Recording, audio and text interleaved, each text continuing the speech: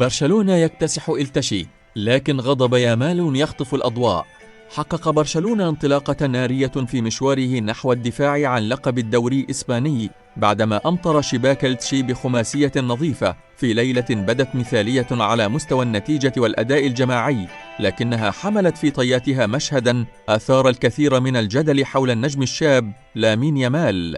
ففي الوقت الذي احتفل فيه الفريق الكتالوني بفوز كاسح بنتيجة 5-0، ظهر يامال بعيدا عن بريقه المعتاد قبل أن تتحول لحظة استبداله في الشوط الثاني إلى محور اهتمام وسائل الإعلام الإسبانية بعدما بدت علامات الغضب واضحة على وجهه وهو يجلس على مقاعد البدلاء. مشهد غاضب يشعل الجدل في إسبانيا. ردة فعل يامال لم تمر مرور الكرام، إذ سلطت وسائل الإعلام الإسبانية الضوء على حالة الاستياء التي ظهر عليها اللاعب الشاب، خاصة عبر برنامج التشيرينغيتو الشهير الذي فتح باب التساؤلات حول الأسباب الحقيقية وراء غضب أحد أبرز نجوم برشلونة. وفي هذا السياق كشف الصحفي جوسيب بيدريرول أن برشلونة يعتزم الاطمئنان على الحالة النفسية والبدنية ليامال بعد المستوى الذي قدمه أمام إلتشي وردة فعله عقب مغادرته أرضية الملعب.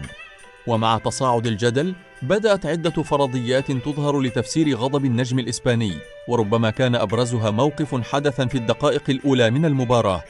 أول شرارة ركلة جزاء أشعلت غضب يامال.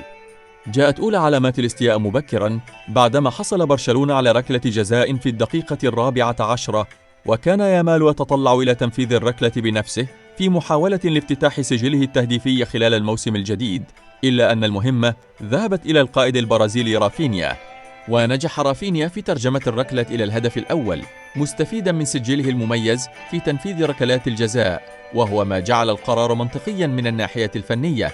لكن بالنسبة ليامال كانت الفرصة تمثل أكثر من مجرد ركلة جزاء، إذ كان يأمل في تسجيل هدفه الأول ومنح نفسه دفعة قوية مع بداية الموسم، الأمر الذي لم يتحقق بعد أن تولى زميله تنفيذ الركلة.